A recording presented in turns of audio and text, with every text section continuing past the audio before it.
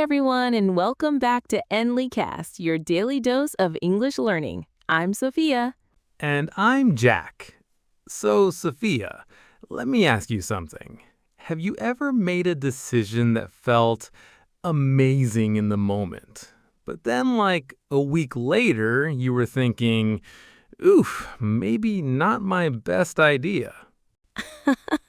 Only about 1,000,000 times, Jack. Like deciding to watch just one more episode of a show at midnight when I have an early meeting. The immediate feeling is great, but the next morning, not so much. Exactly. That feeling is what we're talking about today.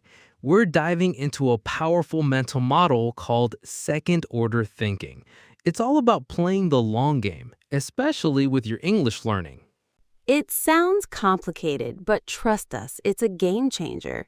But hey, before we get into it, if you're enjoying Enlycast, it would honestly mean the world to us if you could take just a second to subscribe, leave a like, or drop a comment. It helps us so much to reach more learners just like you. We read every single comment, and your support really keeps us going. We really appreciate it. Okay, so Sophia, break it down for us. What on earth is second order thinking? All right, so most of us think in a first order way. We make a decision based on the immediate result. It's simple cause and effect. I'm hungry, so I eat a cookie. The immediate result, I feel happy and satisfied. Cookie happiness. I know it well. Right? But second order thinking is about asking, and then what? What happens after the immediate result? So I eat the cookie, I feel good, and then what? Okay, well, then you might get a sugar crash and feel tired. And if you do that every day, maybe your health isn't so great in the long run. Exactly. That's the second order consequence. It's the consequence of the consequence. And often the immediate reward can have a long-term cost, and a short-term pain can have a huge long-term reward. Okay, that makes a lot of sense. Let's connect this to learning English. So, a first order thought might be, ugh, I'm so tired after work. I'm going to skip my English practice tonight and just relax. The immediate result is relief. Total relief. We've all been there. But if we ask, and then what? Well, then tomorrow you'll have forgotten a bit of what you learned yesterday. And if you skip again the next day and the day after that, the second order consequence is that you lose momentum. You start to feel frustrated, and your long-term goal of becoming fluent gets further and further away. It's so true. That cycle is so easy to fall into. But let's flip it. Think about the opposite.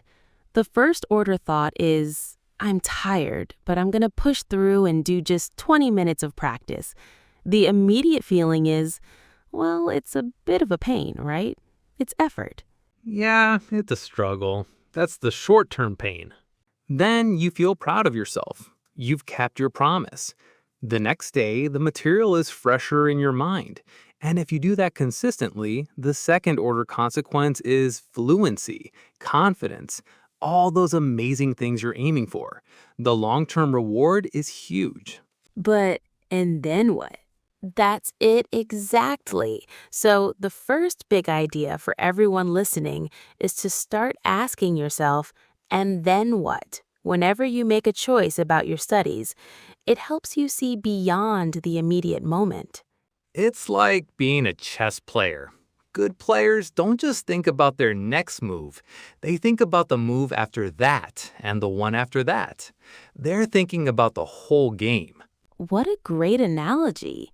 You're not just learning a word, you're building a vocabulary. You're not just having one conversation, you're building a skill. It's a shift in perspective. Okay, so that's the what. But how do we actually do this? When you're tired and just want to watch TV, how do you make yourself think about the second order? That really reframes it. Can you give us another concrete example, like for a specific learning choice an English learner might face? Totally. Let's talk about choosing what to learn. A common first order choice is to just pick up a grammar book because it feels productive. The immediate result is you feel like you're studying. Great question. I think the second part of this is making the long term goal feel more real. Your brain loves immediate rewards, so we have to kind of trick it.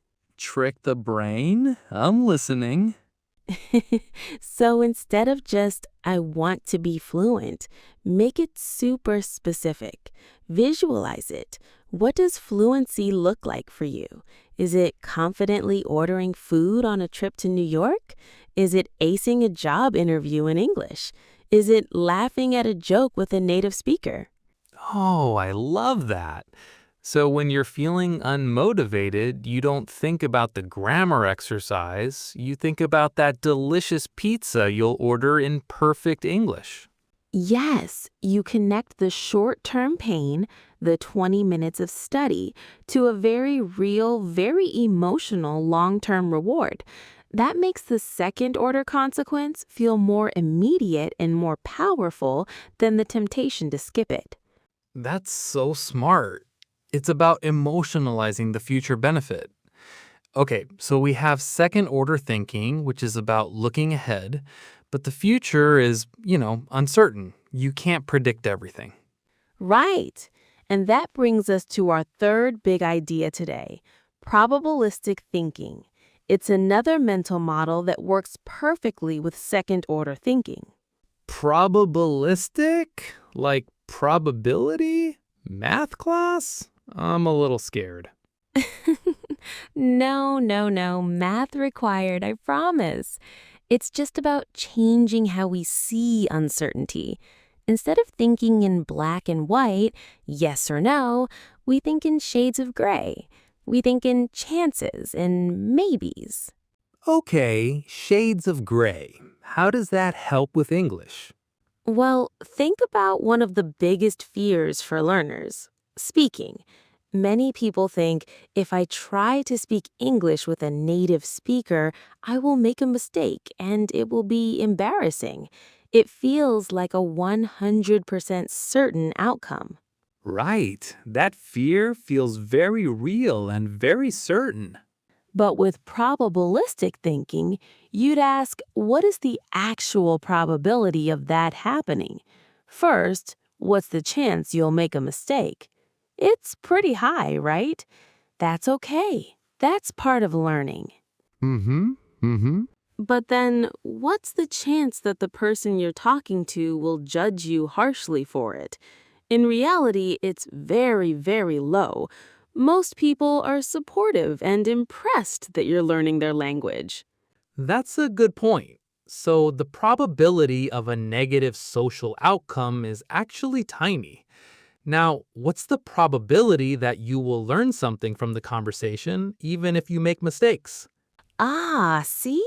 The probability of learning something is almost 100%. So you're weighing a very small chance of slight embarrassment against a very high chance of improvement. When you see it like that, the choice to speak becomes so much easier. You're not letting the fear of a low probability negative event stop you from getting a high probability positive one. That is a fantastic way to think about it. It's a tool to overcome the fear of imperfection. It really is. You can apply it everywhere. What's the probability that this new study method will work for me? Well, you don't know. It's not 0% and it's not 100%. The only way to find out is to try. It encourages action and experimentation instead of waiting for the perfect plan. So, to recap for everyone, we have two big ideas. First, use second order thinking by always asking, and then what, to focus on the long-term rewards of your daily efforts. Right. And second, use probabilistic thinking to overcome fear and uncertainty. Don't think in, I will fail. Think in what are the chances and bet on the actions that have a high probability of helping you learn and grow. This has been super helpful, Sophia. It feels like a much smarter way to approach not just learning, but, well, life in general. I completely agree. And it brings us to our question for you, our amazing listeners. We want to know what you think. When it comes to learning English, which approach feels more natural to you? Is it better to have a very strict, detailed, long-term plan that you follow every day, really focusing on that second-order thinking, or is it better to be more flexible and spontaneous, trying new things and taking speaking opportunities as they come, using more of that probabilistic thinking? The structured planner versus the flexible opportunist. There's no right or wrong answer, but we'd love to hear which side you lean towards. Let us know in the comments below. And that's our show for today. Thank you so much for tuning in to Enlycast. If you found this helpful, a quick like and subscribe would be amazing. Keep playing the long game, and we'll talk to you tomorrow. Bye for now.